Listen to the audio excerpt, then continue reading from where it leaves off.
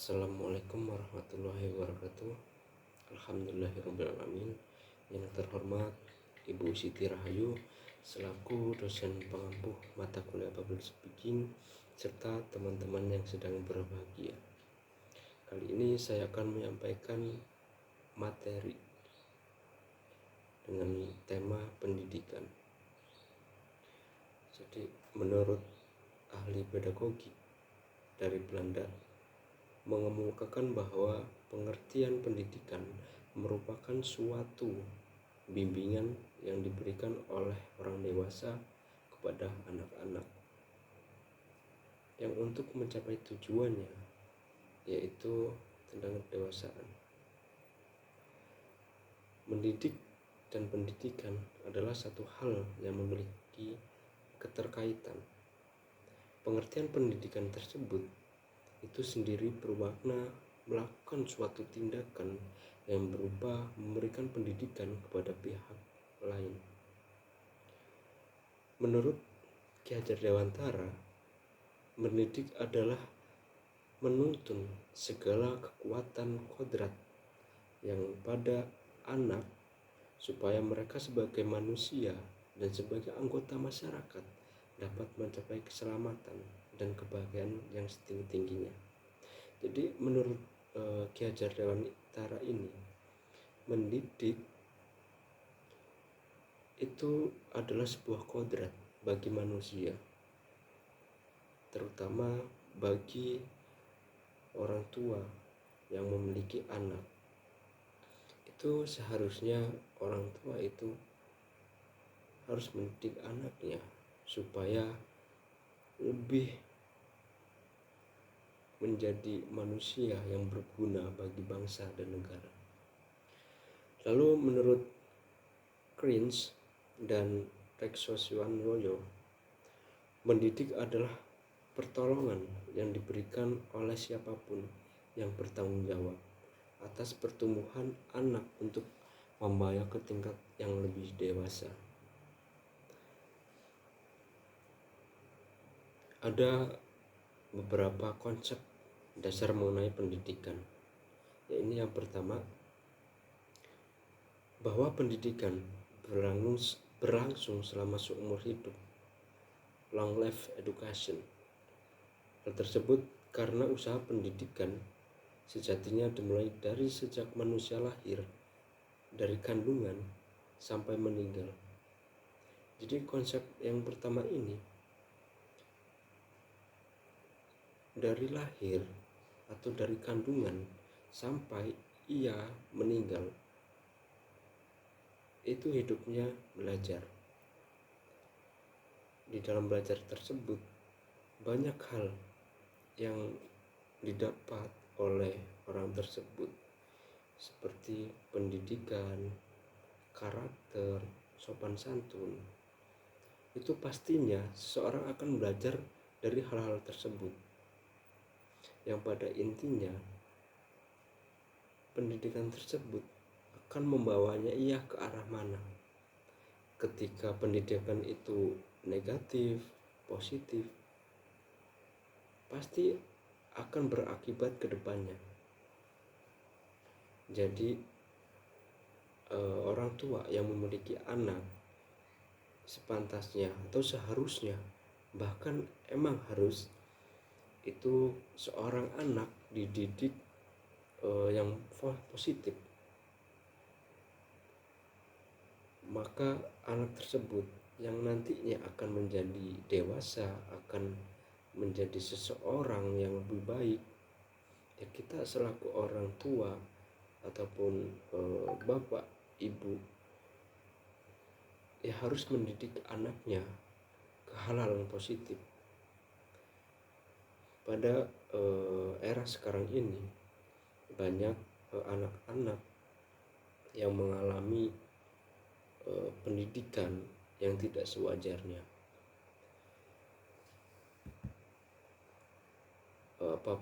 Apalagi di media sosial ini banyak hal-hal negatif yang bisa diakses oleh anak-anak sekalian.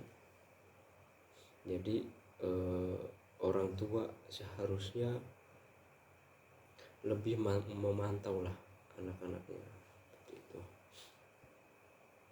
Lalu ada yang kedua, yaitu tanggung jawab pendidikan merupakan jawaban bersama antara keluarga, masyarakat, dan pemerintah. Jadi yang poin kedua ini, keluarga, masyarakat, pemerintah itu harus bekerja sama untuk mendidik, untuk menjaga supaya generasi-generasi saat ini akan jauh lebih baik dibandingkan generasi yang sebelumnya. Makanya dari unit keluarga dulu yang terkecil, masyarakat, pemerintah, yang dimana keluarga itu adalah pendidikan yang pertama yang dialami seorang anak. Setelah itu anak tersebut akan mengalami pertumbuhan yang dimana dia akan memperoleh pendidikan di masyarakat dan pemerintah, seperti itu. Dan yang ketiga, konsep dasar mengenai bagi manusia. Pendidikan merupakan suatu kewajiban karena dari adanya pendidikan manusia dapat memiliki kemampuan dan kepribadian yang berkembang. Betul. Jadi untuk yang poin 3 ini, seorang anak harus memperoleh pendidikan, bahkan hukumnya wajib, karena yang dimana seseorang atau anak jika tidak memiliki pendidikan, maka dia akan ketinggalan zaman, ataupun hidupnya kesana kemari yang tidak jelas.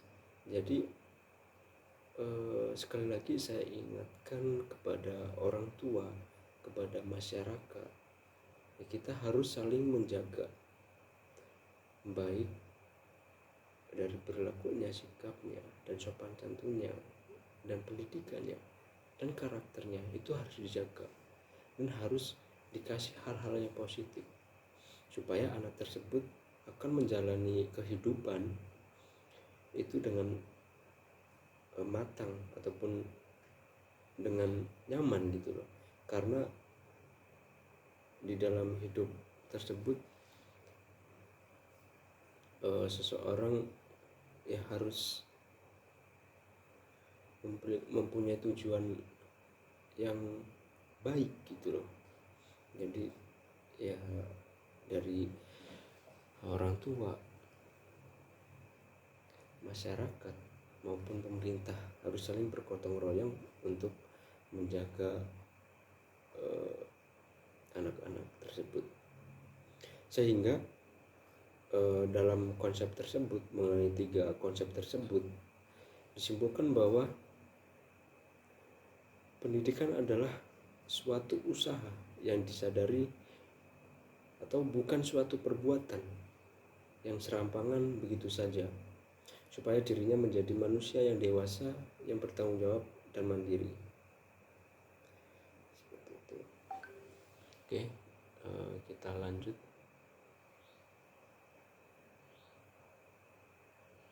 Nah, yang penting, mengapa manusia perlu memperoleh pendidikan?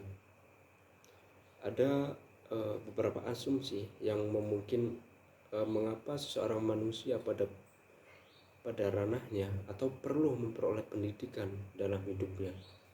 Ya, ini yang pertama, manusia dilahirkan ke dunia dalam keadaan yang tidak berdaya, sehingga perlu mendapatkan bantuan dari orang lain untuk melangsungkan kehidupannya. Jadi untuk poin yang pertama ini, seseorang atau anak atau manusia itu dilahirkan tidak berdaya atau tidak memiliki kemampuan seperti itu. Makanya setiap manusia yang dilahirkan harus dibimbing, harus dididik supaya dalam kehidupannya itu lebih, untuk hidupnya itu lebih baik gitu loh. Karena ada yang mengasih pendidikan, ada yang ngasih arahan seperti itu. Yang kedua, manusia lahir tidak langsung menjadi seseorang yang dewasa. Supaya dapat sampai pada tingkat dewasa, maka diperlukan proses pendidikan. Yang saya bilang tadi, jadi seorang manusia itu dilahirkan yang tidak mempunyai kemampuan apa-apa. Jadi supaya manusia tersebut mempunyai kemampuan pada tingkatnya, manusia tersebut ya perlunya atau adanya proses pendidikan yang dialami oleh manusia tersebut. Itu. Yang ketiga, pada hakikatnya manusia adalah makhluk sosial, sehingga tidak akan bisa hidup tanpa adanya manusia lain. Nah, jadi dari poin 3 ini, mengapa manusia perlu memperoleh pendidikan? Jadi pada hakikatnya seorang manusia itu adalah makhluk sosial, yang dimana manusia tersebut tidak bisa hidup tanpa manusia lain. Jadi seorang manusia ya perlu adanya teman, perlu adanya saudara, yang dimana manusia tersebut tidak bisa melangsungkan hidupnya tanpa orang lain, ataupun bisa disebut kita bermasyarakat lah, seperti itu. Yang keempat, pada hakikatnya manusia dapat dididik dan mendapatkan pendidikan sepanjang hidupnya, yang seperti dari beberapa ahli tadi.